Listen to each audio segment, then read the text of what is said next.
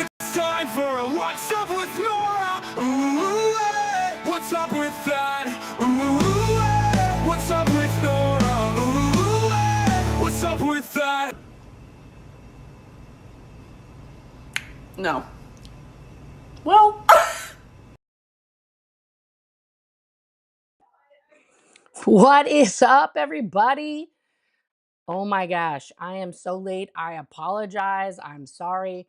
As you can see, I'm upstairs.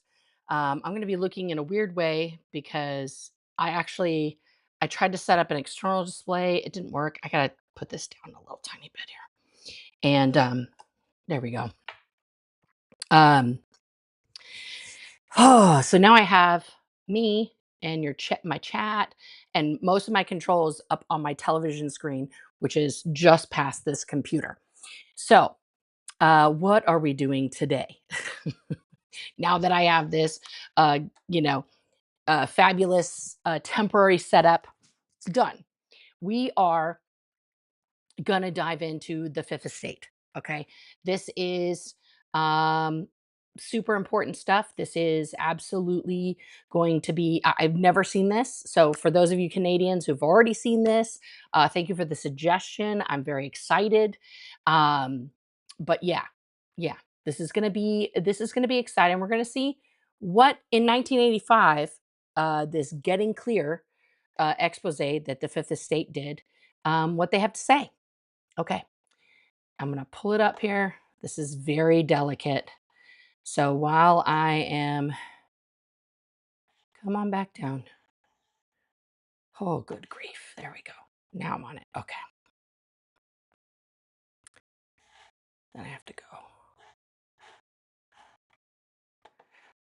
Oh, okay. Yeah, this is, see, once I expand this, guys, I can't like move from screen to screen like I can on my computer. Just so weird. Um, now why can't I? There we are. Okay. Here's everything. Let me come back over to this one. Here we are. All right. Ta-da. Here we go, guys. Here we go. It was 1949. Up-and-coming science fiction writer Lafayette Ronald Hubbard was 38 years old. He told a group of science Lafayette Ronald Hubbard. Thank you, Canada. Thank you. Thank you. Thank you. fiction buffs it was ridiculous to write for a penny a word. If a man really wanted to make $1 million, the best way would be to start his own religion. And that's how long that quote has been around, since 1985. Writing for a penny a dollar, that's no way to make money. You got to start your own religion. 5 years later, Hubbard founded the Church of Scientology. For 3 decades, dedicated disciples have been at work getting clear. That's Hubbard's term for eliminating illness and mental problems. And when you are totally clear, you can leave your body and float in space. Now, that is the promise, guys. That is the promise of the original Dianetics. That basically, Dianetics promised the abilities that are supposed to now be on, operating Satan level 8. Okay. But Dianetics claims that you can do all those things. Yeah. There's no question that many people have been led away from drugs and other signs of unhappiness while in Scientology. But in recent years, a number of Scientologists have been getting clear in another sense, clear out of the organization. Hey-o! They're disillusioned. They see Scientology as a closed and expensive organization that looks on defectors and critics as suppressive persons and enemies. Yep. Suppressive persons and enemies, guys. That is classic. That is absolutely how Scientology sees people like me, anybody who speaks out at all about Scientology, anybody who has anything to say that isn't, that Scientology made rainbows and kittens fly out of my booty. That's how you're going to be designated, like 100%. Vi and Ken Elliston live in this North Toronto neighborhood. Their retirement is taken up with their dogs, flower garden, and local Look at those Anglican puppers. church. Their only daughter, Lenore, married Larry Brown, a computer programmer, 14 years ago. The Ellistons were comfortable and content. But 4 years ago, things changed. They say it started when their daughter joined the Church of Scientology. They don't see much of Lenore anymore. So there she is. That's like at the beginning of her Scientology journey. You can always tell somebody like really at the beginning where they have like that glassy eyed look. Now, this is also her wedding day, so she's probably super, super pumped also. But yeah. Nor does her husband, who says their marriage is falling apart. Conflict. They blame the Church of Scientology. I've noticed if I tried to sit down and talk with her, part of her Oh, interesting. He's not a Scientologist. Okay. wants to respond to me, but the other part, the part that I feel she's acquired from Scientology, suddenly takes over and she can't. It's just money down the drain. Every bit you give them's down the drain. It's not going to do them any good. That's the way I feel. And they got her brain in a way that they just want the money. I gave her the $1,500. And 10 days later, she was back to the house with a fella, which at this point we did not know what she was in with. We did not. So her mom has already given her $1,500. And of course, the very next day, that wasn't good enough.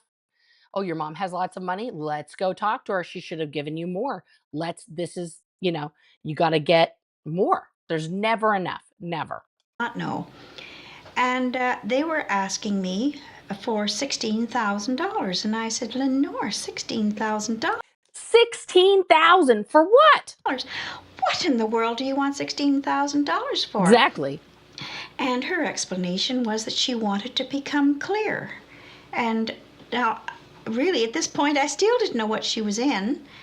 And when I refused her the fact that there's no way I'd give her $15,000, this fella immediately said, well, if you haven't got the $15,000, would you take a mortgage out in your home? And I said, guys, how many times have we said that the sales tactics don't ever take no for an answer?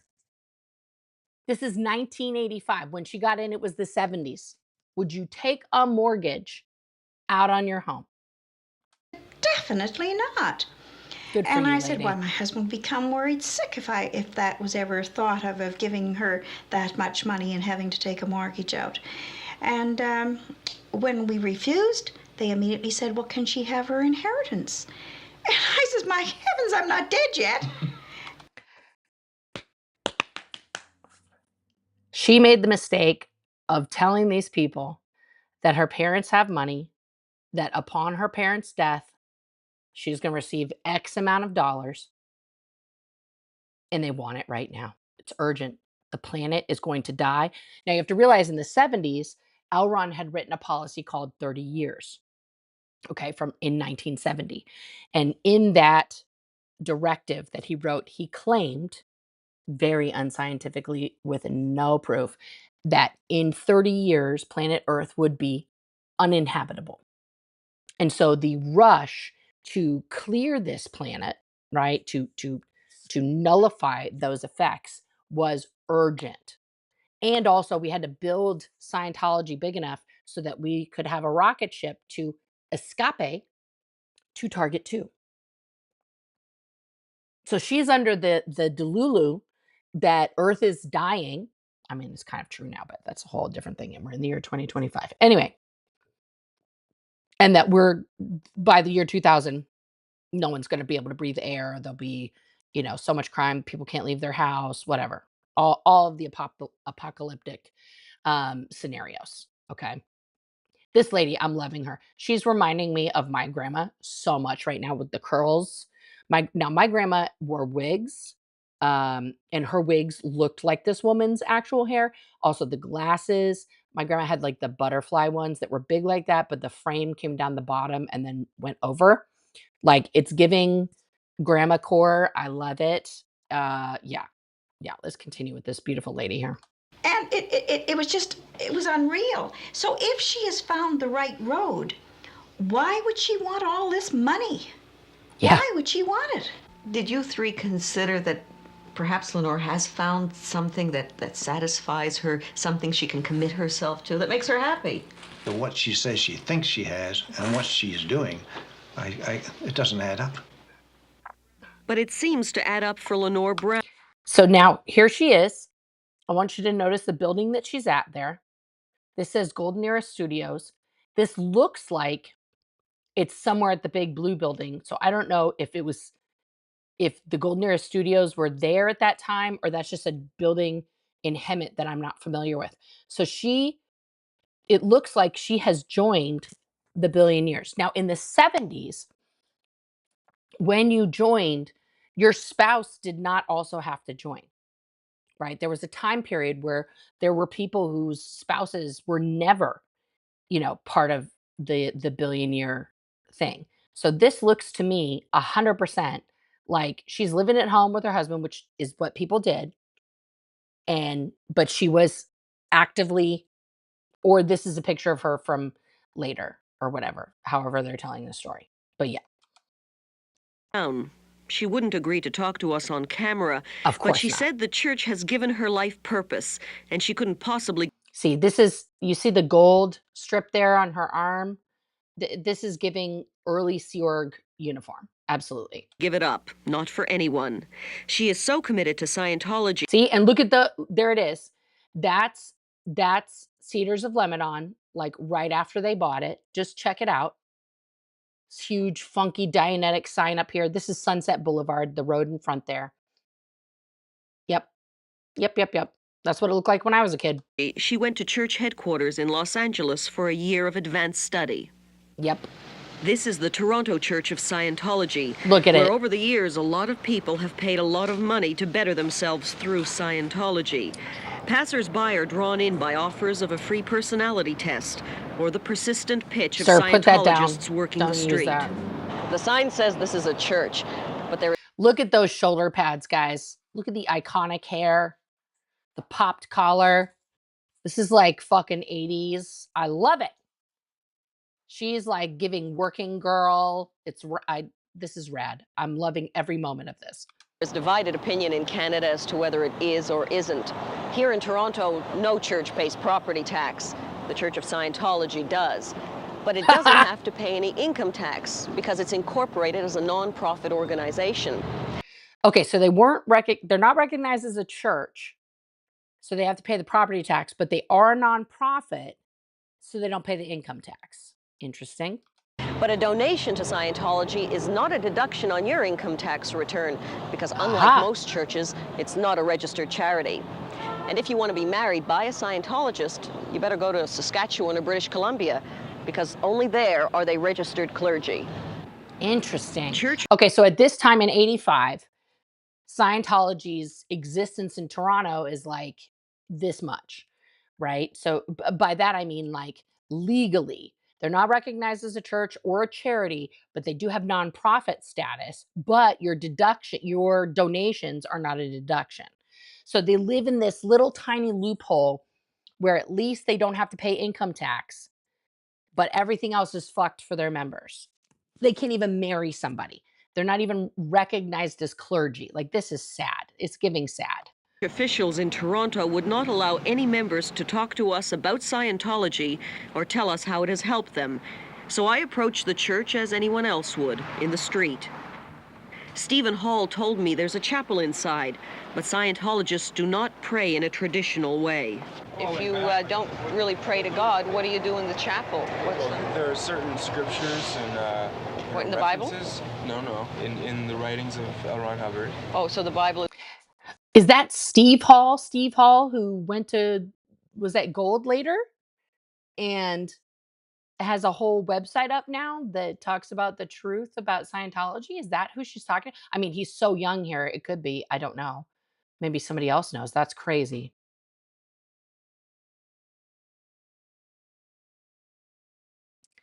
What's happening?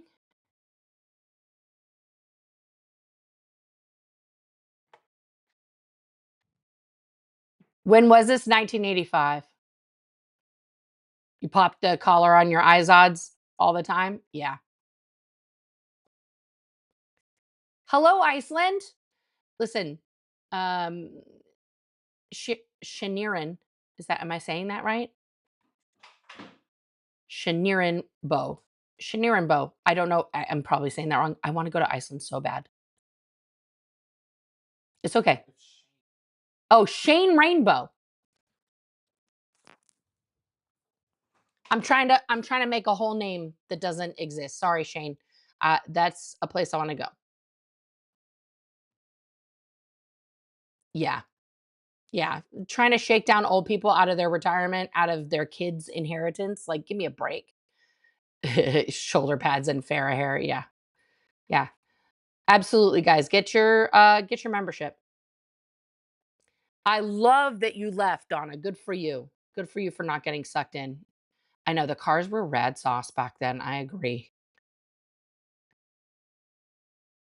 Your grand had pearls too. Sorry, Shane. I think you should go by Shanirin. It's a new name. I just made it up. Yeah. Just call you Rainbow. Okay. Okay. Now I'm never gonna not see Shanirin. Oh, the year you were born, Dylan, 1985. All right, yo, wee baby. You cut all your shoulder pads out. Guys, I could not abide by shoulder pads. Like even your small shirts would have shoulder pads in them. I just think when a lady like that can rock it, it fucking works. But I always thought that I looked ridiculous in that, like it was just never my personal jam. Okay, I'm glad I can control up here and do this. All right. Oh, can I come back or no? Oh, I can. Look at me. It's not a factor in your service. Jesus Christ does not have anything to do with Scientology. Okay, mind you, there are a lot of Christians in Scientology. My dad is a Scientologist, and he's also born again Christian. Why is it? It's quite expensive. Why is that? Some of it is because it takes so long to train a person to really run these processes. They're just amazing stuff, right? And it takes a few months. Just using the book Dianetics. He's so enthusiastic, this kid, whoever she's talking to. She said his name was Tom Hall. I'm going to go with maybe it's the Tom Hall that I'm thinking of. I mean, the sideburns kind of match. I don't know. Oh, hey, Stacy. Thank you for being here. The first 5 hours of simple Dianetics Oh, is like well, you're good. $60, which is leagues above what any psychiatrist or psychologist has been able to do. You know, when I read this book, it was some years ago. Yeah. I stopped as I'm doing now, Right. and I took the test. I took and I don't know. I went away because the man said that I have such incredible problems that it would cost so much money to fix. It was like $1,000 for the first. Number one, if you could become clear on $1,000, I'd go to the bank and borrow it right away.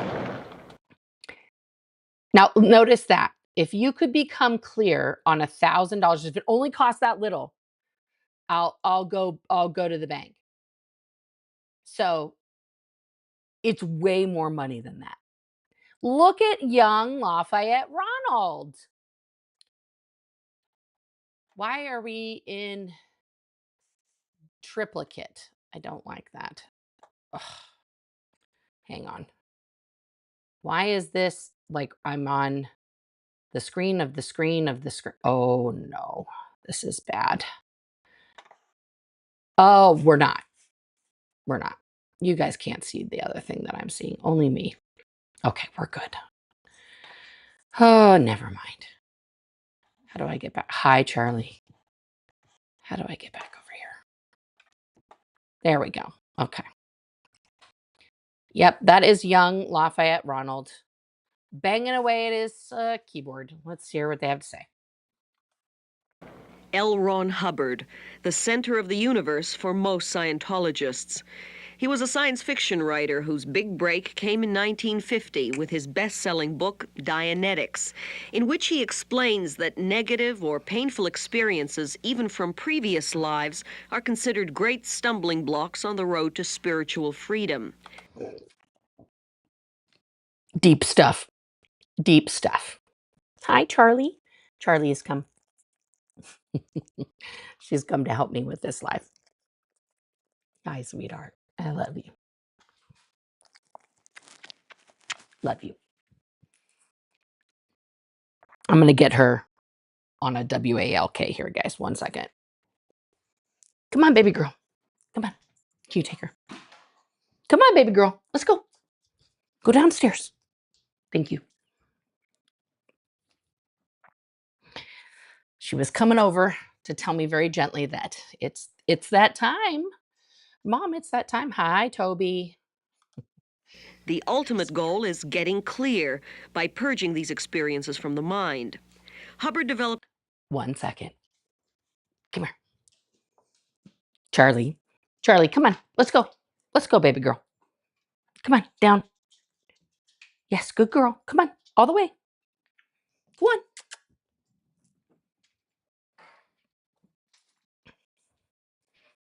Hi, buddy. Okay, sorry. Oh, dogs. Here we go. a kind of relentless confessional procedure called auditing to eliminate those negative memories. During lengthy one-on-one. That's a great description, though. Relentless procedure. I would definitely describe auditing as relentless. That is perfect. Perfect description of it. I'm just gonna put some. Oh God, that's so much better. Put some couch pillows behind me here. All right, here we go. Auditing sessions, the Scientologists are bombarded with repetitive questions concerning their most private personal problems. Hubbard, who says he's Have you lived before this life? That's in German, but that's the name of that book. Have you lived before this life? These are all the books and how they looked in the 70s. I don't think they sell that book anymore. Yeah, they don't sell that one anymore. Kind of like, what a great cover. Don't you just want to pick that up with the Grim Reaper and a ghost walking through a graveyard? been to heaven twice, refined the auditing process with the e-meter, a portable electrical device about the size of a large cigar box. Yeah, it measures actual physical universe mass. Pain, okay, is actually a physical universe product, right? When it's like two forces collapsing together, and there's forms a ridge of energy, and these ridges of energy are stored in our minds, and this.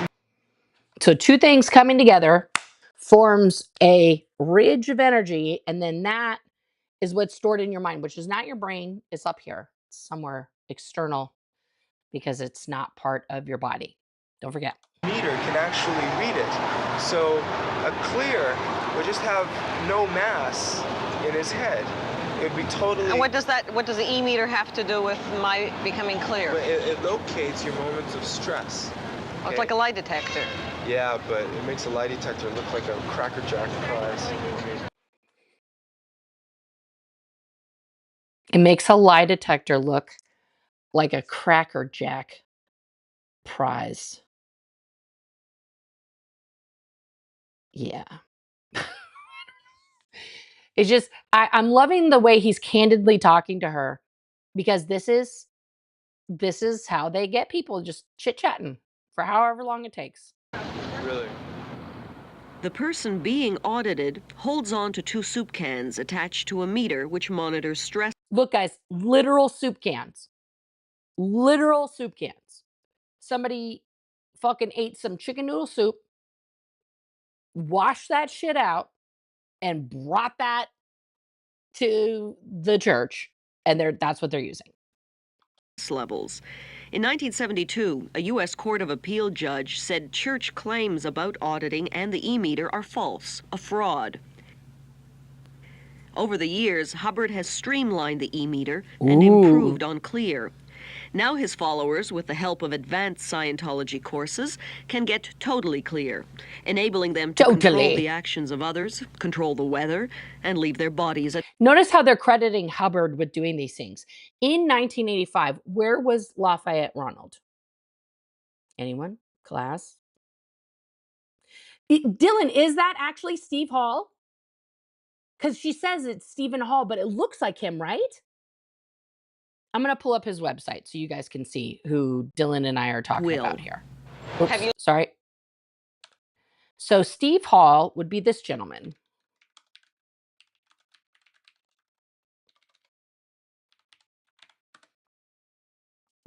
So that's the Freedom Magazine. We're not going to look at that. He used to have a whole website.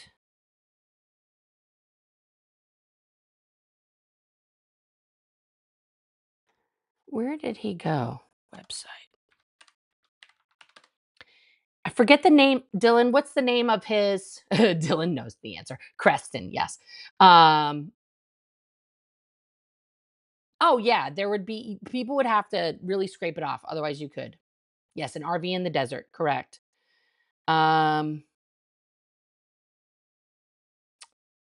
Here we go. Who is Steve Hall? No, that's not his.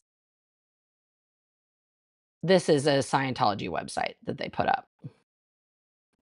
There we go. Scientology-cult.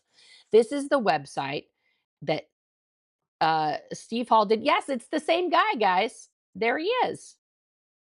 Okay. This is him during his Scientology days. There he is in 2004. Now he has no facial hairs. This is 2009. Yeah, same guy. Same guy.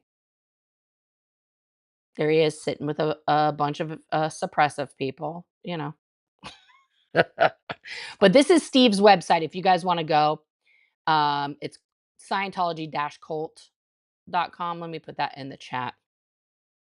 But this is the website that he made to talk about his time in Scientology and everything else.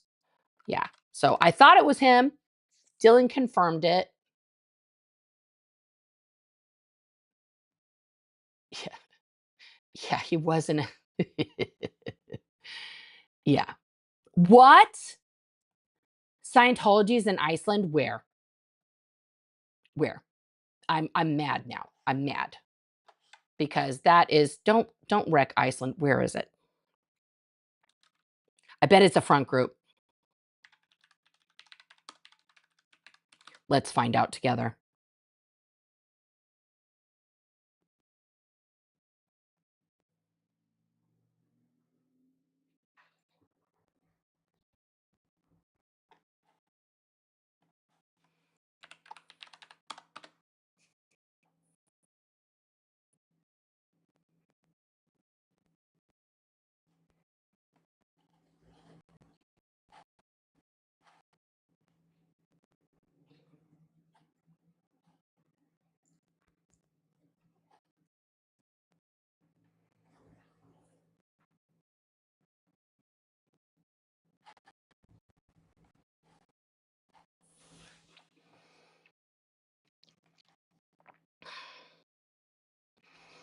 Mhm.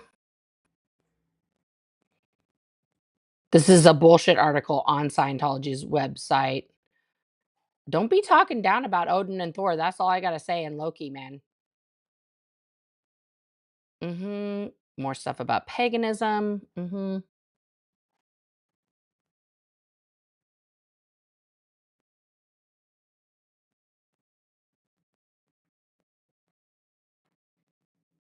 But it doesn't say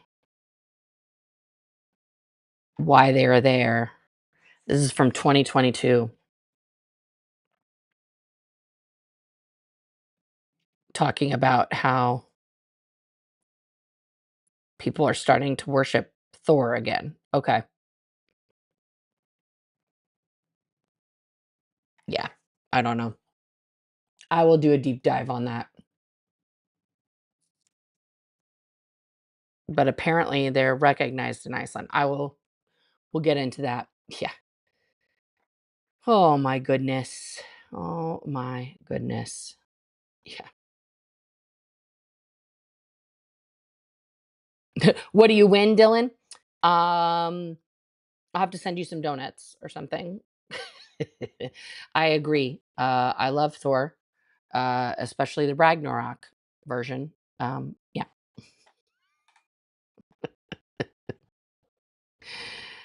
All right, let's leave you up there.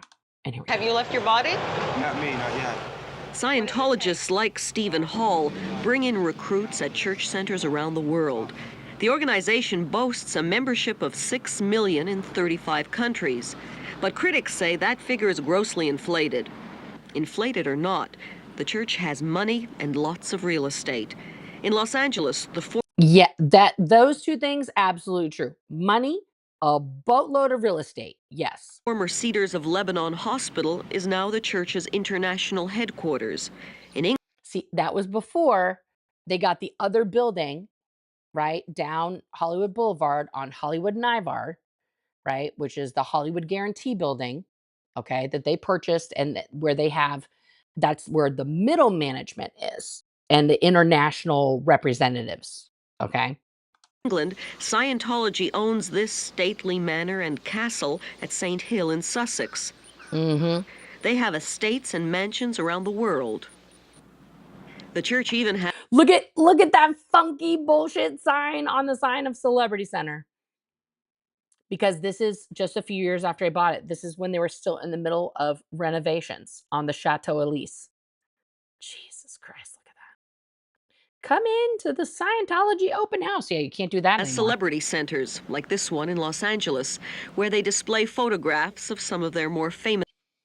Look at all the people that they claimed as famous people that were doing Scientology at that time. I think there's like one of those people left because they weren't claiming Tom Cruise yet. Probably Chick Corea, who's now dead. I think that's him in the upper right-hand corner. And of course, everyone's favorite, John Travolta. Members, among them musician Chick Corea and actors John Travolta and Karen Black. Yes, Karen Black. Man, what a wackadoo lady. I taught at the school where her kids were going, and she decided to direct the school play. Let me tell you, if you guys have never, ever gone down the YouTube hole of Karen Black's absolutely just horrifically bad B-movie career, do yourself a favor. It is wild. At one time, I think she could act, and then she was too much of a Scientologist. But yeah, she was talking to these children as if she was producing an Oscar-worthy, Tony-worthy play with small children. It's just like,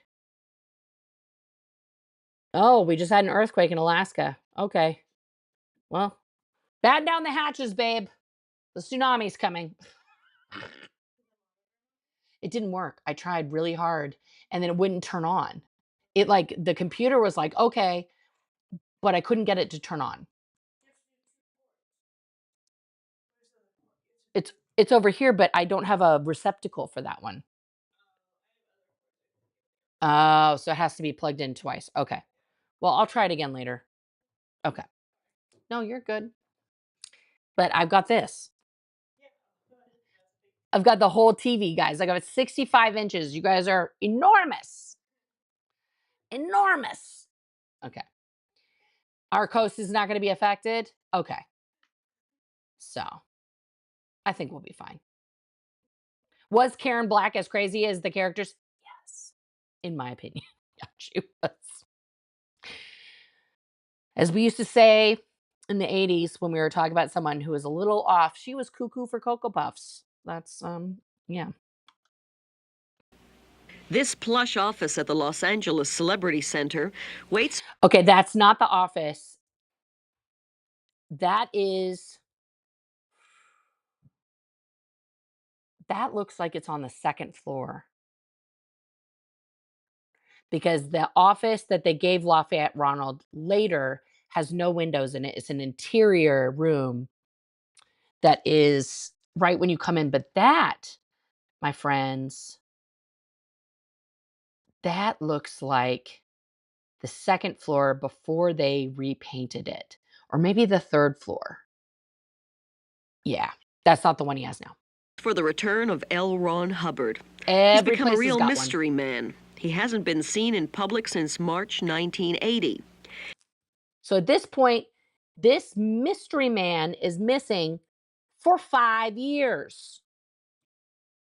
He's just a mystery man now. No, the man is going cuckoo for Cocoa Puffs in Creston in a fucking Bluebird RV, writing pornographic novels about space invaders.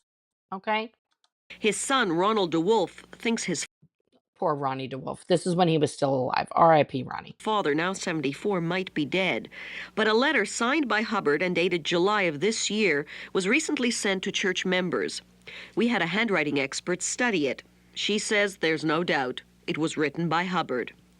The organization's chief spokesman is That's the horseshoe entrance. Look at those cheese doodle awnings that used to be on there. My God. an 18-year veteran with Scientology. Heber Jench, international president. Here he comes. I sign the bank accounts. I sign all the corporate agreements. Yeah. Listen to Heber, guys. I sign the corporate papers and so forth. Mr. Hubbard has a right to his privacy in America. Look at his arms. Guys, look at the body language here. Heber knows good goddamn well at this point that Hubbard is cuckoo.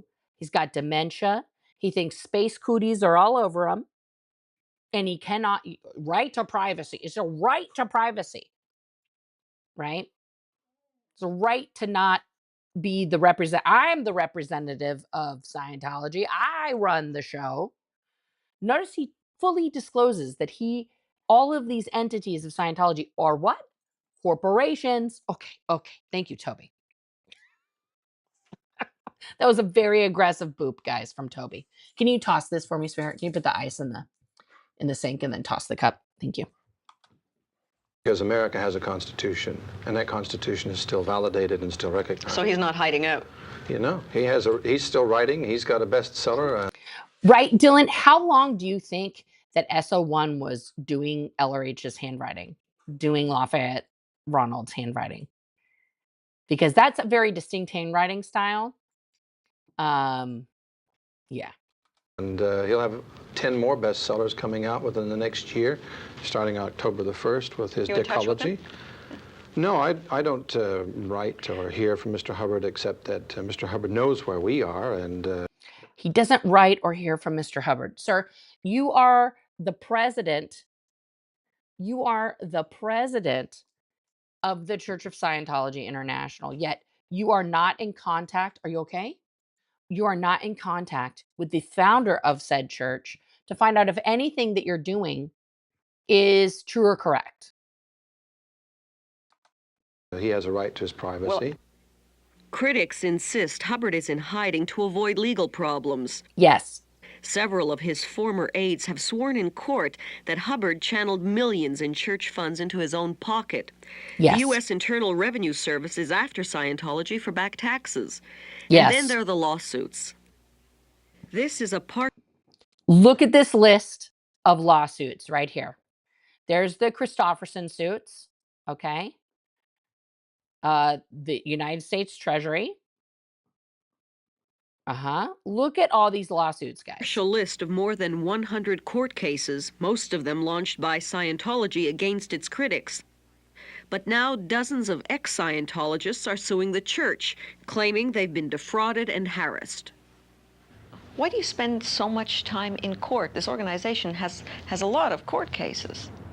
Oh, I think if you look at 600 organizations and you look at the Fortune 500 sort of profile on major corporations in the United States and how much litigation they handle, you'll find that ours is really quite small.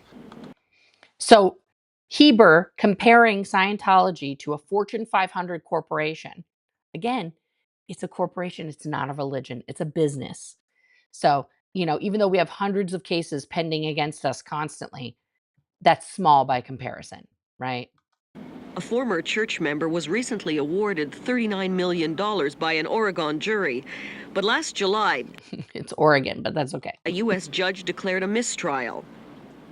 The church scored another victory recently when the Ontario Supreme Court ordered the return of some of the thousands of documents seized by the OPP, the Ontario Provincial Police. The documents were seized in this raid on Scientology's Toronto headquarters in 1983.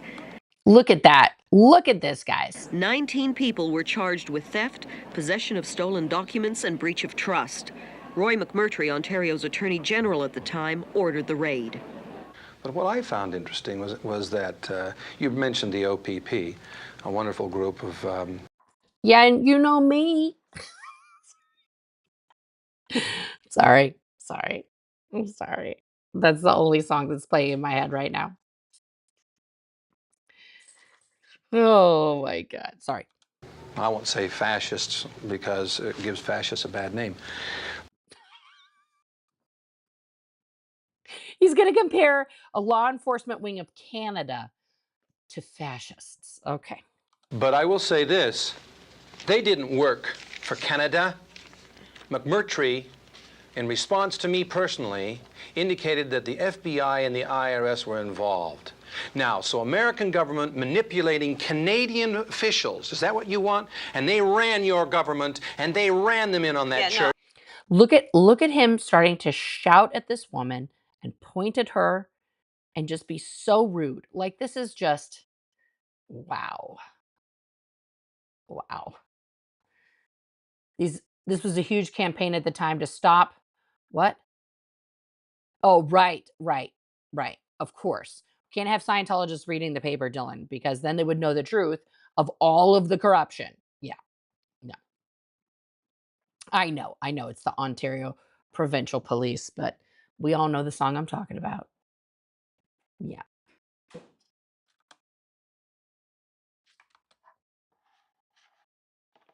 Now I got to go back over here and press play. And then I can go back over there. I would like No, they ran them in on that church. McMurtry, now Canada's High Commissioner to Britain, denies the FBI or any other U.S. government agency orchestrated the Toronto raid. Despite the court cases and bad publicity, life goes on for the Church of Scientology. Recruits keep coming in and the cash follows. It's all part of L. Ron Hubbard's written policy. See, and this is, look here. Make money, make more money, make other people make money. I mean, like, yeah, it's all about the money. It's not about freedom. It's not about religion. It's about money. As president of the organization, then, do you still hold with Mr. Hubbard's policy of make money, and then make more money? Oh, I see. Well, you know, I don't know who told you that? Who'd you talk to? It's wrong? Is it wrong to make money? No, is this quote? Do you make money? Is this Hannah, wrong? do you make money? Is it wrong to make money? How do churches exist? Notice he doesn't answer the question ever. He's just going to try and attack. Frank Watson knows how much Scientology costs. The 68-year-old chiropractor from Langley, British Columbia, joined the church in the early 60s. Well, it's probably cost about in excess of $300,000. That's counting time loss from the office and what I spent in Scientology. $300,000, y'all, in 1985. Fuck. They love chiropractors, guys. They love chiropractors. Expenses and traveling and the whole thing. Frank Watson joined Scientology thinking it might rescue his shaky marriage and improve his practice. He took Scientology courses in Washington, D.C. and Vancouver. I had advanced enough to go to England to take what they call a special briefing course. And that required a year. Yes. And I'd saved enough money to go, and my daughter went with me. So this is a mortgage practice. Watson's daughter, Laurel Sullivan, is 36 now and a partner in a California advertising agency. But she was just a teenager when her father introduced her to Scientology. I did originally question it, but you see, when you're 17 years old and you idealize your father, you don't ever think that he will lead you to something that could hurt you. That's Laurel? Absolutely. Because what? Because our parents I gotta sit up more. Our parents are supposed to protect us, right? As a parent, that's your job. That's your only job. That's your number one job. That's what you're supposed to do as a parent is protect your child. Why would you ever think that your dad would be involved with something that was harmful? So he took his minor daughter out of Canada to England to go study at St. Hill with Hubbard, because that's where Hubbard was. You are totally open. I think that it's important to understand the subtleties of what happens in your mind. A gradual progression of leaving the group of your family, friends, society into an inner circle of another reality. Ex-Scientologists often refer to it as the Twilight Zone. Yeah. Yeah. You are absolutely in another universe. 100%. Hubbard, by the late 60s, was in trouble with British authorities and had to leave his Sussex headquarters. He bought a cattle ferry and converted it into a private yacht called the Apollo. It became Scientology's floating headquarters, and the crew, an elite group, had to swear allegiance to Hubbard by There's another copy of the billion-year contract right there. signing billion-year contracts. Laurel Sullivan signed willingly. So this 17-year-old goes to England and ends up being part of the OG Sea Organization. Holy shit. At the time, it was very secret that he was on the ship. I was one of the first 45 crew members, and there was great status in going to be with him. To be near Hubbard is considered tremendous. This picture.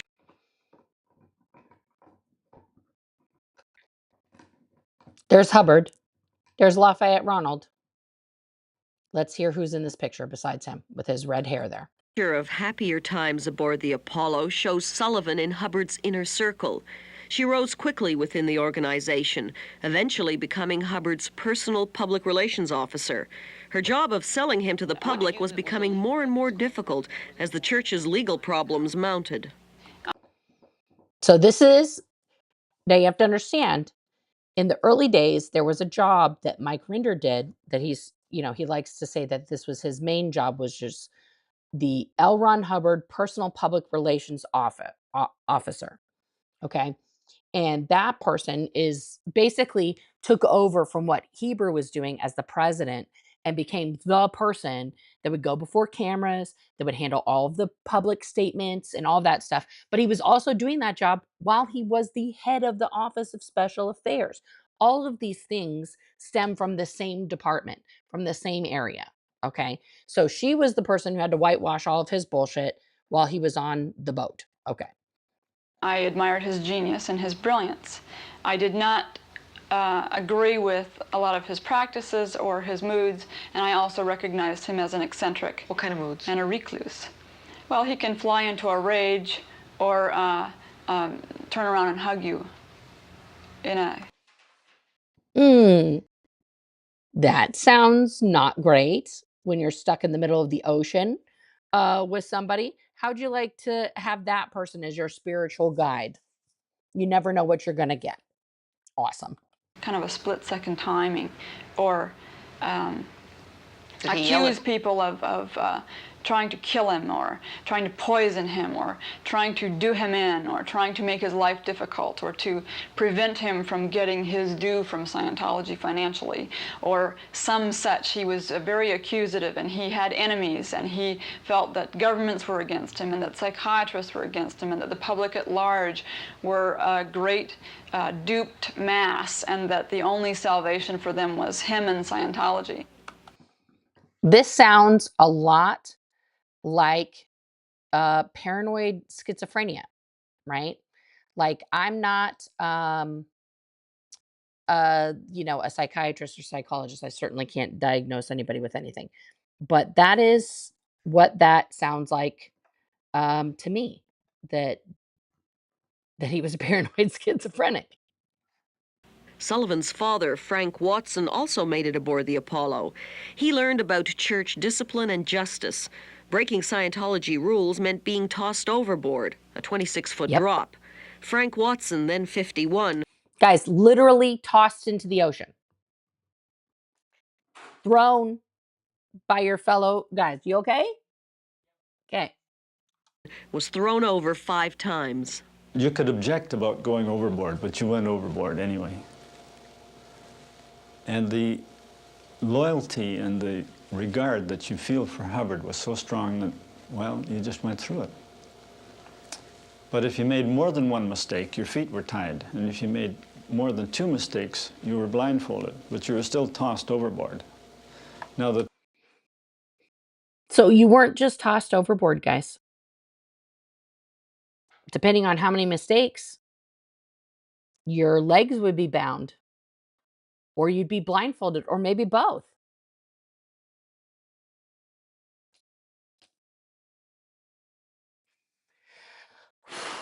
Into the ocean, guys, into the ocean.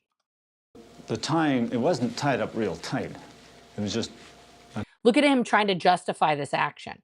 Sir, somebody tied your legs together and they threw you into the ocean. Token tie, so that when you did hit the water, it came undone. Same with the blindfold. But it sure wasn't pleasant. There was a lot of human waste from the ship dumped into the Mediterranean. The ship was anchored at a pier, you see. And you're going down into this stuff. And there was... So let me get this straight. You're sitting at a pier in the Mediterranean. You're just dumping all your fucking literal poop and piss right into that marina. And when you're being thrown overboard, not only are you being thrown overboard into a marina, which by itself is filth and disgust, but into your own shit. This just keeps getting worse, guys.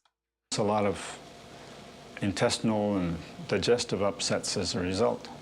So this was, eventually it was... Well, yeah, you're swimming in shit. Stopped. Frank Watson became disillusioned and left the church. His daughter, after 15 years in the organization, was also having second thoughts. Gerald Armstrong, another Canadian on board the Apollo, provided Laurel Sullivan with the reason to get out. He was a fiercely loyal and dedicated Scientologist. He was not only married aboard the Apollo, but Hubbard himself gave the bride away. Armstrong's job was to gather material for a Hubbard biography. He went to Laurel Sullivan when he found out the leader was not everything he said he was. Okay, here's, well, I did not know Jerry was part of this interview, but here's Jerry back in 1985. He was twice pronounced, medically twice pronounced dead, and kind of raised himself, cured himself. He was crippled and blinded and cured. These were claims that Lafayette Ronald made, right? About his time in the military. Cured himself with the antecedents of Dianetics. He was an atomic physicist. He was a great scientist. He was a great philosopher. He was a great researcher. And it turned out that he was never crippled and blinded. He took one semester of molecular phenomenon at George Washington University in 1932 and got an F. Yeah. That makes an atomic physicist? It doesn't. Armstrong gave 12 years to Scientology. Now he felt betrayed. He left in 1981, taking stacks of files and documents with him. No one really cares if L. Ron Hubbard did these things. No one cares.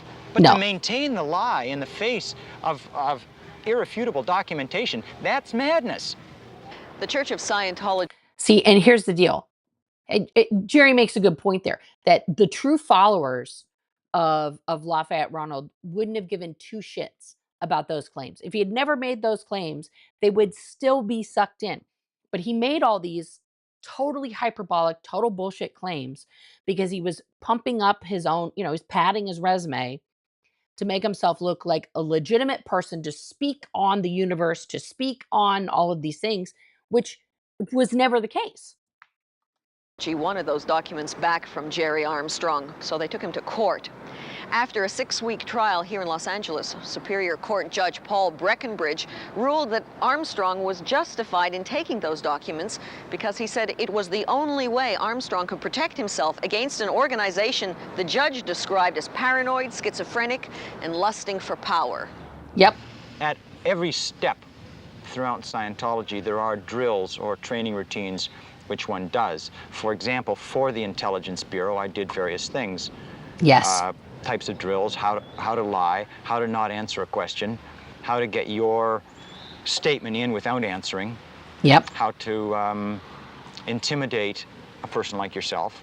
What would you do? How would you handle this? You're finding out from Gerald Armstrong that L. Ron Hubbard is a fraud, then it would be attack Gerald Armstrong, and it would be attacked vehemently. And if I could not shift the way that you were perceiving me, then I would go after you. And I'd start to point, and He's just describing what Heber did in the earlier interview.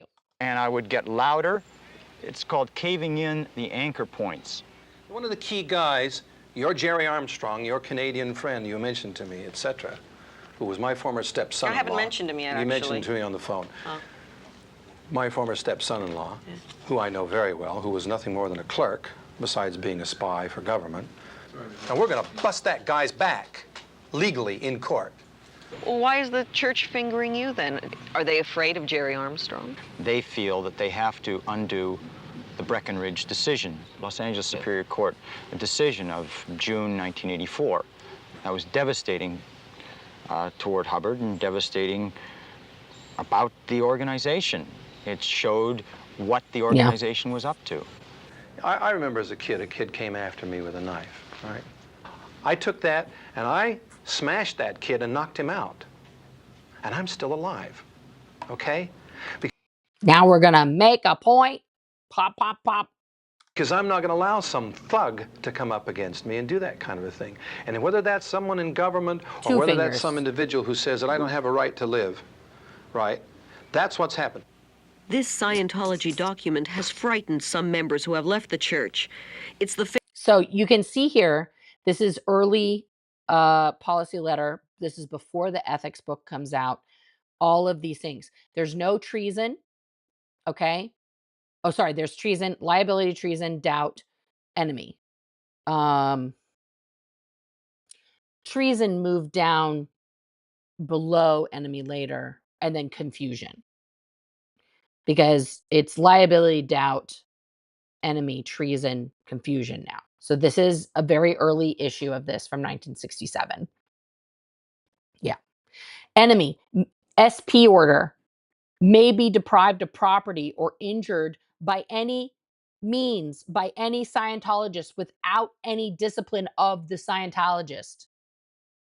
May be tricked, sued, or lied to or destroyed. That practice and belief about enemies of Scientology still carries through to today. Still carries through to today. fair game policy, which said enemies could be sued, harassed, destroyed. The church doesn't use the term fair game anymore, but critics like Laurel Sullivan insist the policy is still in effect. They have declared me an enemy on an international written order for my quote-unquote crimes in Scientology or against them. No, I'm sure that they were terrified, not that I left, but of what I knew about the organization. Oh, sure. How did they deal with that? Well, I've been sued twice for testifying in cases and to government officials. Both cases were dismissed in California courts. Were you frightened? Are you frightened? Yes. I've been tailed. I've had private investigators looking for me. I've had private investigators go to my employers trying to find out my whereabouts.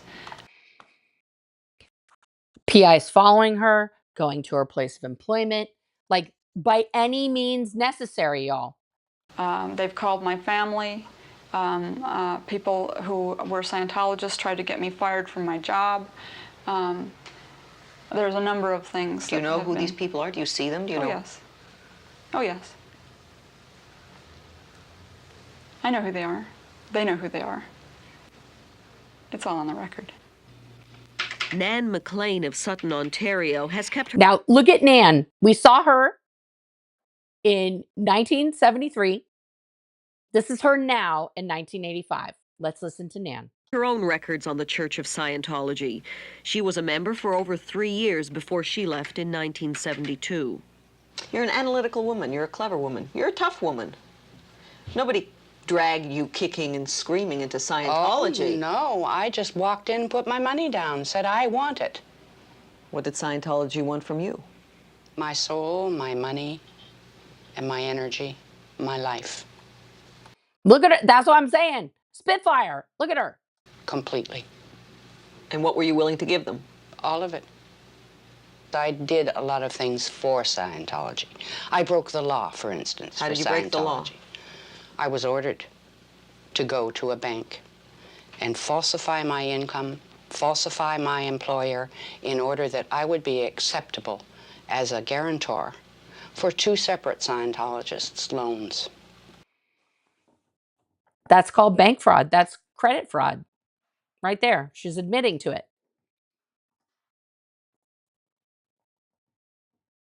When I say that I want people who were in these spaces, like Laurel, like Nan, okay, who did these things for Scientology, I want that story.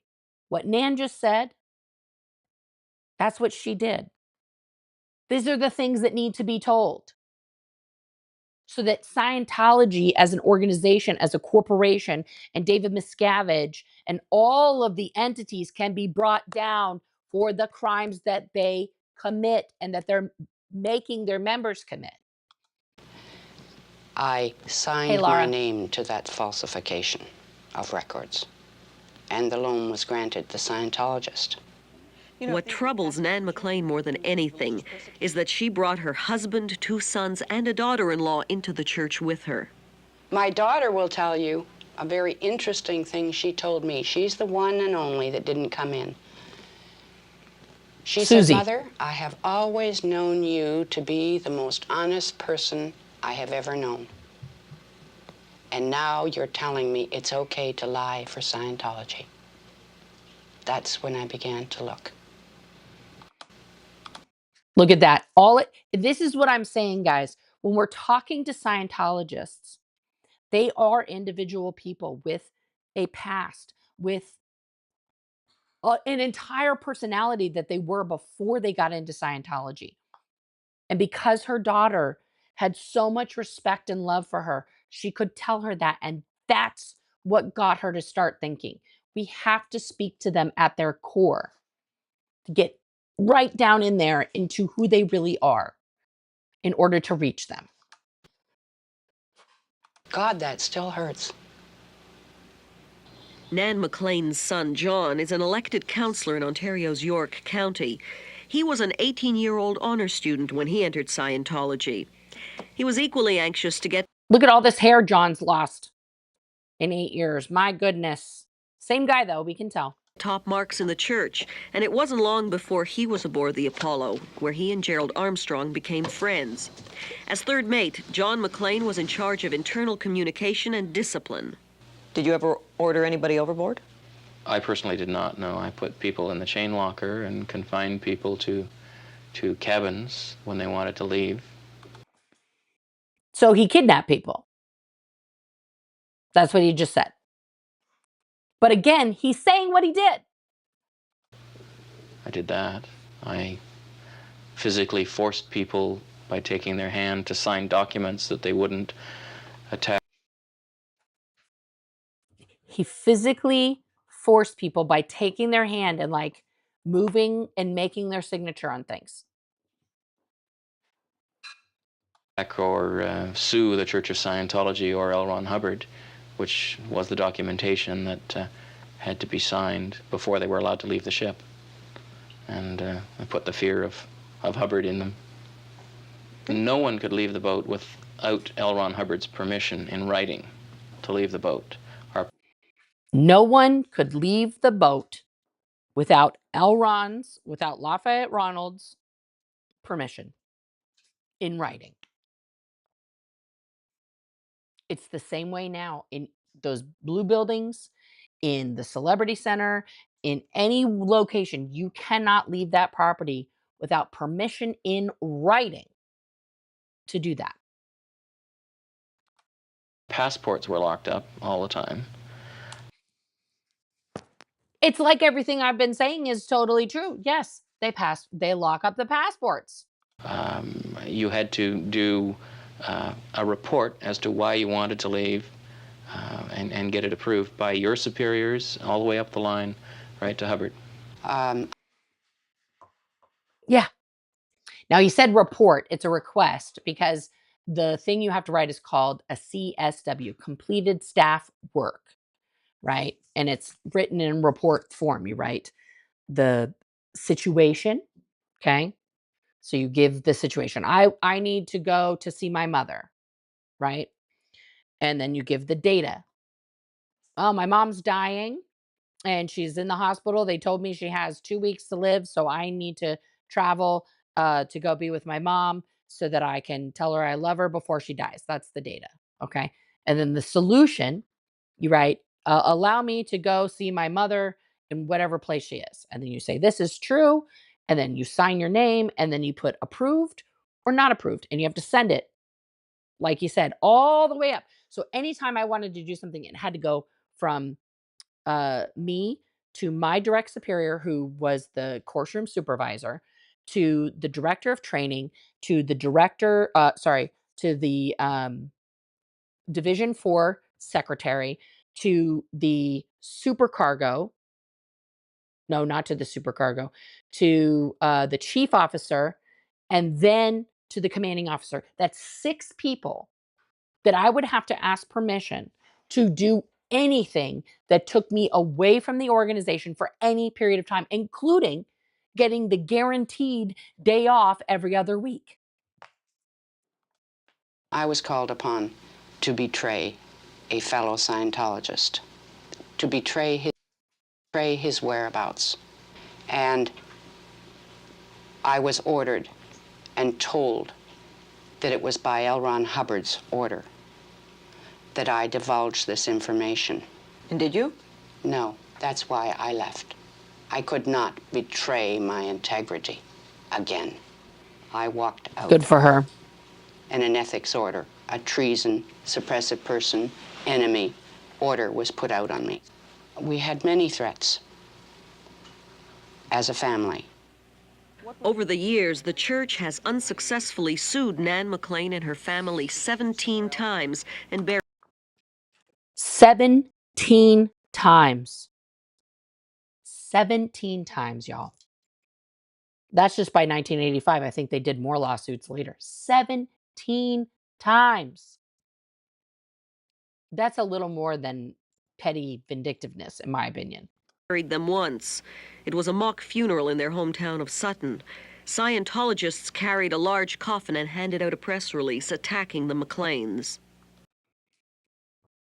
So they had a mock funeral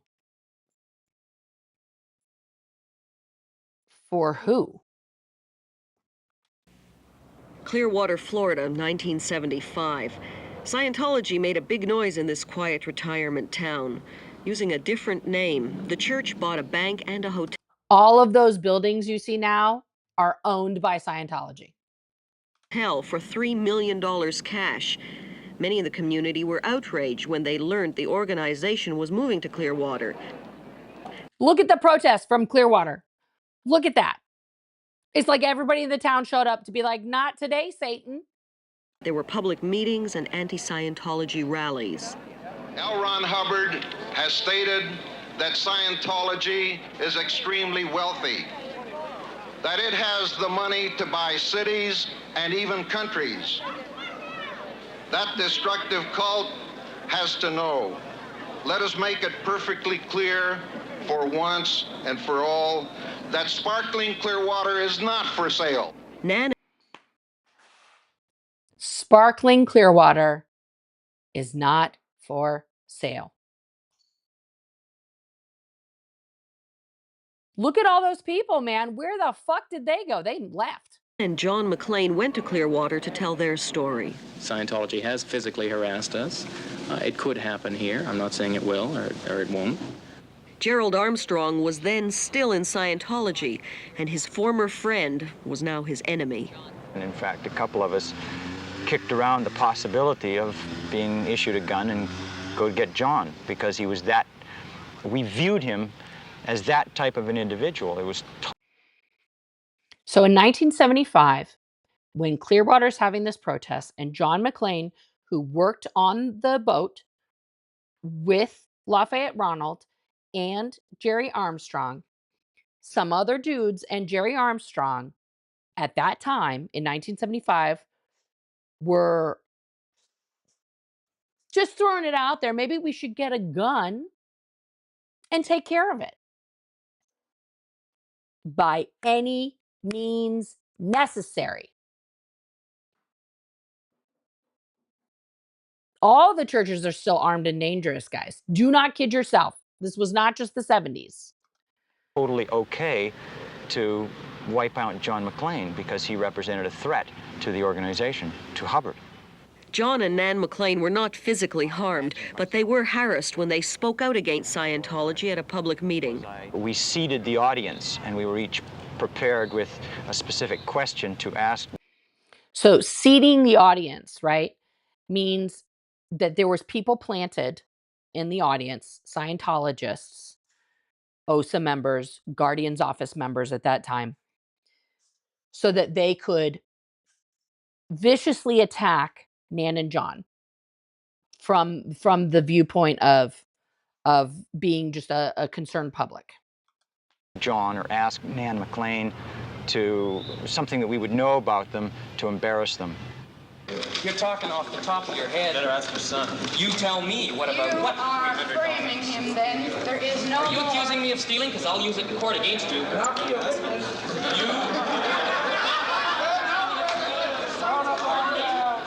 Are you sure? I want as a witness to know. Are you telling me? Are you saying? See, now look at John use his Scientology training against the Scientology plant with no qualms. Yeah. That I stole? I'm asking you. No, I want an answer from you. I'm asking you. Okay, I'm not going to argue with you. No, I didn't steal. Fine. All right. When I saw Jerry and other people that I knew, I was quite frightened, I guess, from the standpoint of I knew there was a possibility that people that I knew would attempt to harm me, as I probably would have done if I was still in Scientology to somebody who was out. I feel that brainwashed that I would have done anything for the organization. Why do you keep on? Why do you keep on talking against Scientology? This is a great question. Listen everyone to Nan. Because I feel that the people need to be educated. I feel the people have a right to know what their families are connected to. I'm not a crusader for other people that want to get involved. Mother is. And she wants to crusade to try and show people both sides of the story, which is admirable, because there are two sides to every story, but in this case, there's only one side as far as I'm concerned. And that side is? Well, that side is a bad side. That side has really hurt me in my life, and I just want to put it aside as a past chapter. Yeah. The only reason I'm doing this is so that other people can realize that what it can do to a person's life in a long term, and it's 13 years. That's a long time. And Nan McLean was speaking out about Scientology, as far as I know, until the day she died, which was 2019. So that's a long time. That's a long, long time. That is 43 years. Are you okay? Okay. In spite of her family's objections, Nan McLean continues to offer advice to anyone who seeks it. Over the past 2 years, she spent many hours with Ken and Vi Elliston. Nan has helped us greatly. When we were devastated, we were calling her all the time. I'm so glad she put up with us, because she sort of led us the right way, and we felt a lot better because we had somebody to turn to. And I'm still turning to her, and I do hope that one day that I'll be able to get Lenore to come to the house and have Nan here. But if I do this, Lenore will know that there is somebody here for her to talk to. Now, this time her husband's still with her. They're still married. I don't know what happened to Lenore. I don't know. If Dylan's still here, do you know Lenore? Do you know what happened? And But you're working against Scientology. You're becoming her enemy. Well, if I can help somebody else. We have been devastated with this. We really have. Perhaps Lenore won't want to talk to you. This may be your best shot. What would you want to say to her? Well, it's pretty hard to say what you're going to say until you're sitting talking to her. What if she doesn't want to sit and talk to you? Maybe this is your only opportunity now to tell her. Well, we love her. Very much.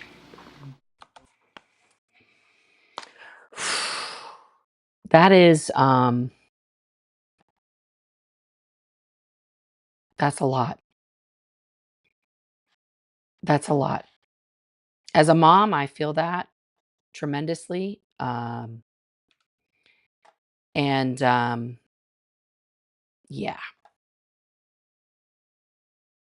Yeah, let me see. I gotta move this, guys. Hang on. So I'm not just staring at the TV. Oh, no. Oh, no, no, no. Okay. I want to take all of this. There we go. Now I can just see you guys here. Let me pull the comments over here too, so I can see those. Here they are. Wunderbar. Okay.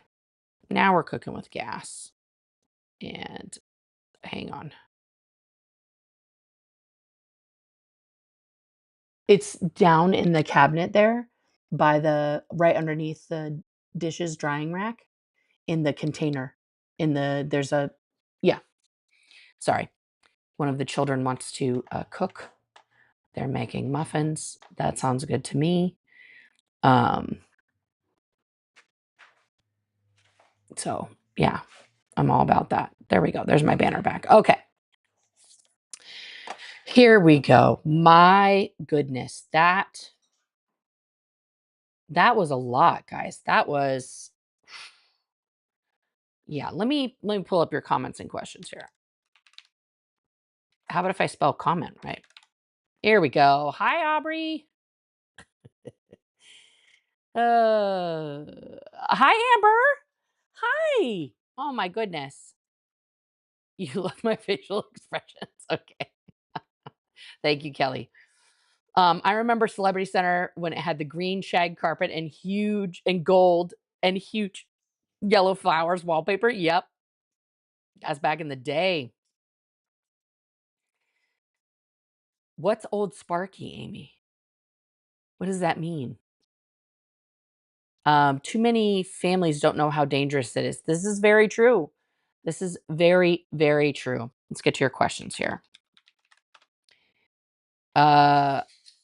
Yeah, you did feel the glue sometimes if they weren't cleaned properly enough, and then people would throw them away and say, oh, it's, we just have to get new cans. That's the problem.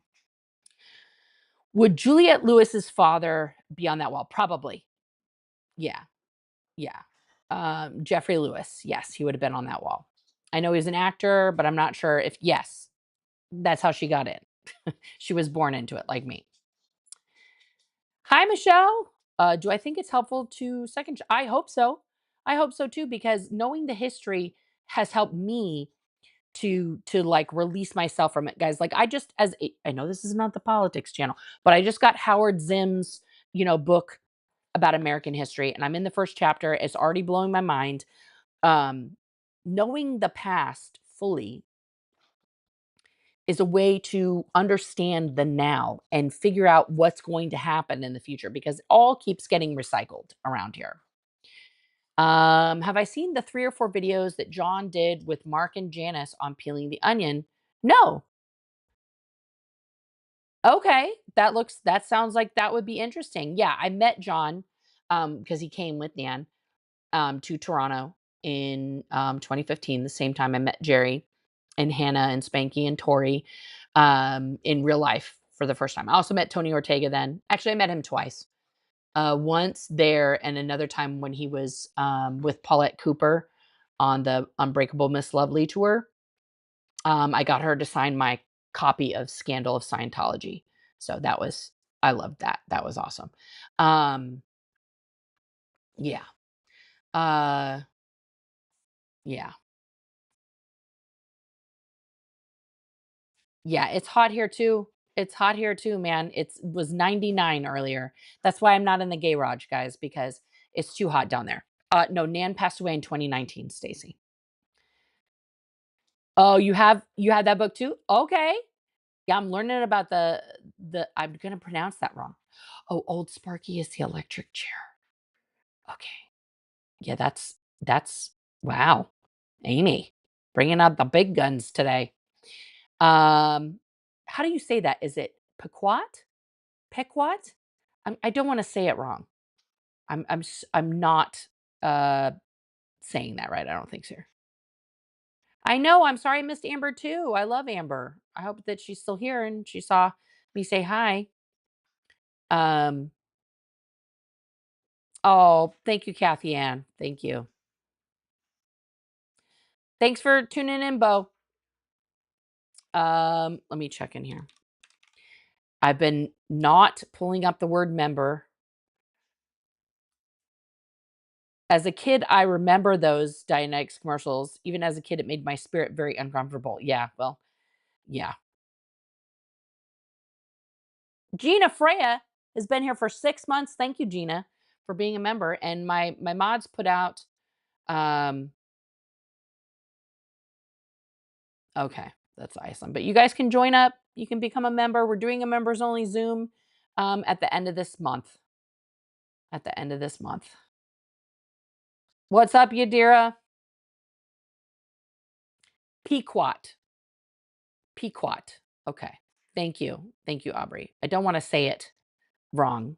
And often I pronounce things in a very, I called Shane, you know, whatever I did, that was a weird word. I just made up words. I don't know.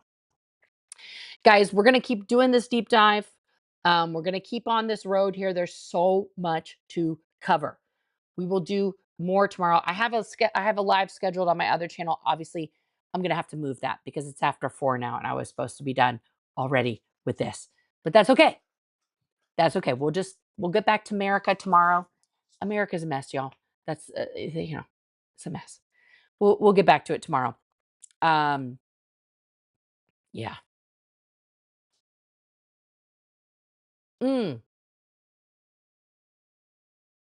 Okay.